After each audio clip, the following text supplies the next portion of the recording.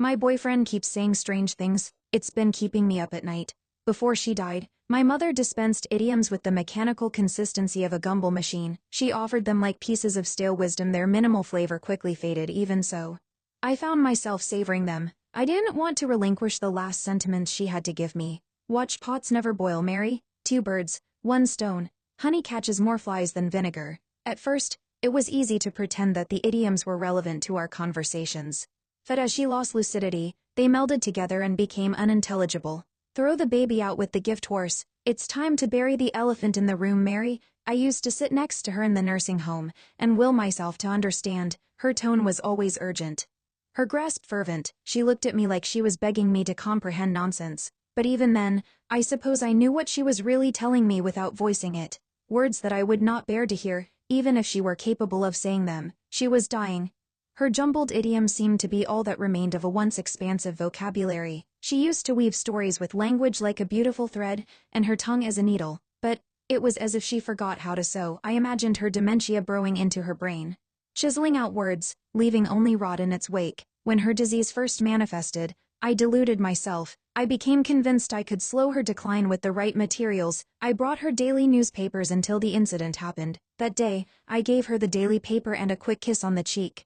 I sank down in the stiff armchair at her bedside and shielded my eyes from the sunlight that streamed in from the window. I glanced at her venous hands and saw them tremble. The paper shook with her convulsions. I felt every muscle in my body tense as she emitted a low, warbling moan. "Mom, what is it?" I asked. But her only response was to curl further in on herself. She clutched her ancient nightgun to her chest like a small child. My heart clenched. Terrified and confused, I reached out to comfort her, to take the paper away. But she broke down sobbing. "Don't cry over book covers," she whimpered. When I finally wrestled the tear-sodden paper away from her, I read the headline: Jenkins twins suspected to be sixth and seventh victims of backwoods butcher. After that, I only brought Debbie McComber novels. But the damage was done. She stopped reading not long after the newspaper incident. I watched the seasons change from her room's window. As the trees shed their leaves, resplendent shades of crisp golds and browns were carried away by the wind, as far as the eye could see. The trees' skeleton limbs were left to brace the cold. Without their armor, they looked defenseless and alone. My mother lost herself in much the same way. Day by day, the color bled from her life, her essence shed from her skin like so many dead leaves. In its absence, she was carved bare until only a dull, unrecognizable hole remained. I tried to search her face for any semblance of selfhood, but her skeleton leered as if mortality were staking its claim. Flesh clung to her jaw and hung in jowls like the last vestiges of life clung to her frame. She was my mother, and she was death incarnate. I found that I could not look at her for long. I stared hard at the floor, my hands, the door, anywhere but the unfamiliar gaze from the socket sunken in my mother's face. When she sensed that my gaze had shamefully slid away, she sometimes snarled at me, "Watch pots never boil." Her frail fingers would dig into my wrist and leave imprints in my skin. I could feel her urging me to look at her, to see her diseased eyes and wispy hair and pallor skin. This is my confession, so I can admit it was hard to visit her in the end. I found excuses to leave as early as I could, or twisted, repetitive idioms that she appeased like a sickness. I hated the bleach smell of the nursing home. Most of all, I hated sitting next to her as an unseen but pernicious force took more and more of her away. I knew she was dying. For months, I could see it etched in her face and hear it in the absence of things she couldn't say. But then why was I left so bereft when death came like a thief in the night? I should have been relieved for her suffering to end. But all I could hear were the last words she said as they bounced around in my head. "Mary," she uttered, 2 days before her end.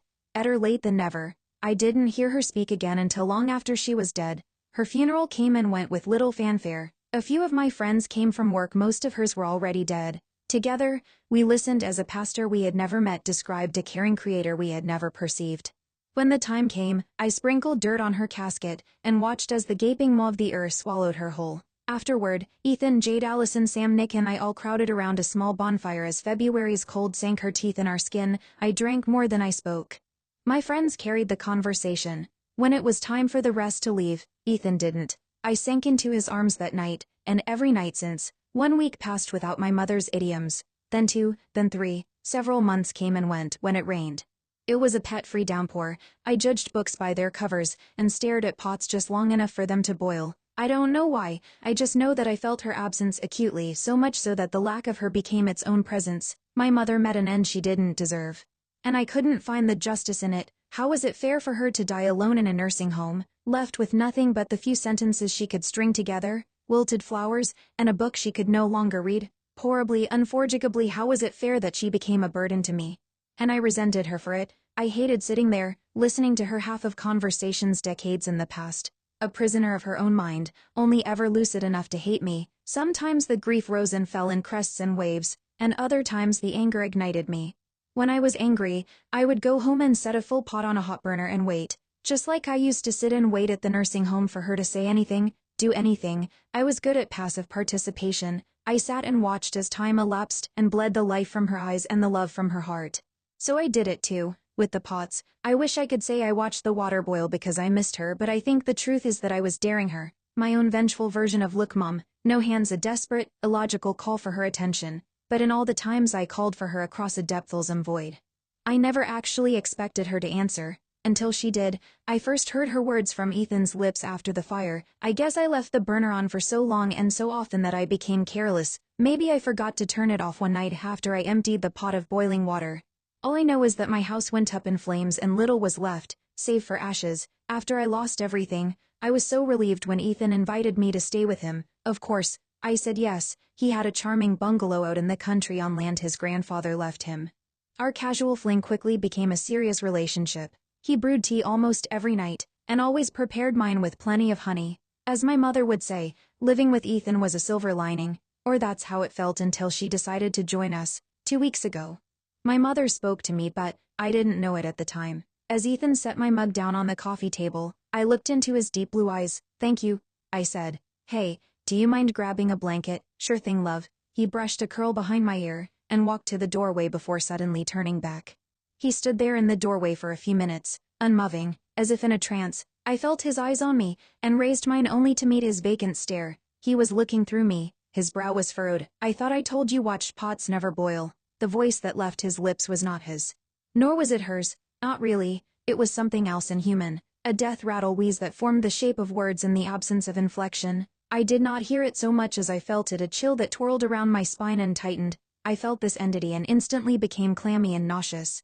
I could not speak, my mouth was filled with ashes. "Honey, are you okay? You look like you've seen a ghost." Ethan came out of it, crouched before me, and gently reached for my hands. Finally, my throat unclogged and words spilled out. "What do you mean? Why did you say watch pots never boil?" I said. I searched his gaze but only saw our shared confusion. "I didn't say anything." "Are you sure you're feeling okay?" He inspected me with concern. I both believed him and didn't. I knew that those words couldn't be his. But then why did they leave his lips? At first nothing came of it. I wish I could say that this was the end of it. But it was only the beginning. That voice, I heard that voice more times than I care to admit. The words were always my mother's, but the voice was not of this earth. It was devoid of humanity. It lacked light, love, or warmth. At times, I believed that my mother was speaking to me across a great distance, and maybe the bone-chilling voice was interference. Other times, I was convinced that Ethan was pranking me. It was easier and safer to think my boyfriend was an asshole than it was to think we were being haunted by my mother. But even then, I could not shake my terror. Every day, just as my defenses lowered, that nauseating voice would surface from the grave of his lips and permeate the air. Hours ago it said, "2 birds, 1 stone, 2 birds, 1 stone, 2 birds, 1 stone, 2 birds, 1 stone, 2 birds, 1 stone." It was a chant and it was a condemnation. I could not hear the anger, but I could feel it suffusing the words and contaminating our home.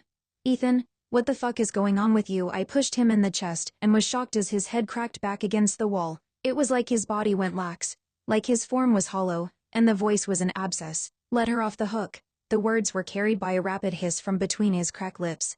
I shuddered as the temperature plummeted. "Who?" I choked out. I could feel the shift as Ethan returned to his senses. He rubbed his head. "Mary, what happened? Why are you looking at me like that?" "Ethan, I can't. This isn't funny. You need to stop," I pleaded. "Mary, I don't know what you're talking about. My head is pounding. I'm going to lay down for a minute, okay?" Flabbergasted, I watched as he walked away and shook off the urge to beg him to stay with me. I needed to get to the bottom of the voice. If my boyfriend had a shitty sense of humor, then okay, but we would talk about it like adults. Things had gone too far, so I went in search of Tylenol for his headache. Like my mother always said, you catch more flies with honey than vinegar. I searched high and low in cabinets and drawers and turned up empty. It seemed like I found everything but Tylenol. I was almost ready to give up, but then I remembered his guest bathroom cabinet. I felt around inside a drawer. When my fingers brushed against two thin metal chains, I pulled them out and held them up to the light. They were curious things, two thin strands, each with a single bird charm dangling. They looked familiar in a way I couldn't place. Did Ethan have family stay in this room? His mom or sisters? As I studied them, my heart began to race. Two birds, one stone. Surely that was a coincidence. I wanted to put them back in the drawer, close it, and forget about it. But even as I thought it, I felt a compulsion to keep them. Some unknown instinct was nudging me almost imperceptibly. The necklaces looked so innocent, they reminded me of high school graduation gifts. I didn't believe they were particularly expensive, but I could tell they were treasured. The birds were smudged with blurred fingerprints as if they had been rubbed continuously. With sudden clarity, I knew where I had seen them before, of almost its own volition. I felt my hand reach for my phone in my pocket. I pulled it out and locked it, and stared at the home screen, unblinking. I typed into the Google bar, Jenkins twins disappeared. My heart sank. The girls were gone, but their necklaces were still here. It couldn't be. Could it? The necklaces were a perfect match to the ones the girls wore in the article's picture. Why else would Ethan have two identical necklaces in here? Frantically, I Googled backwoods butcher. There had been 2 additional suspected victims since the day I gave my mother that paper.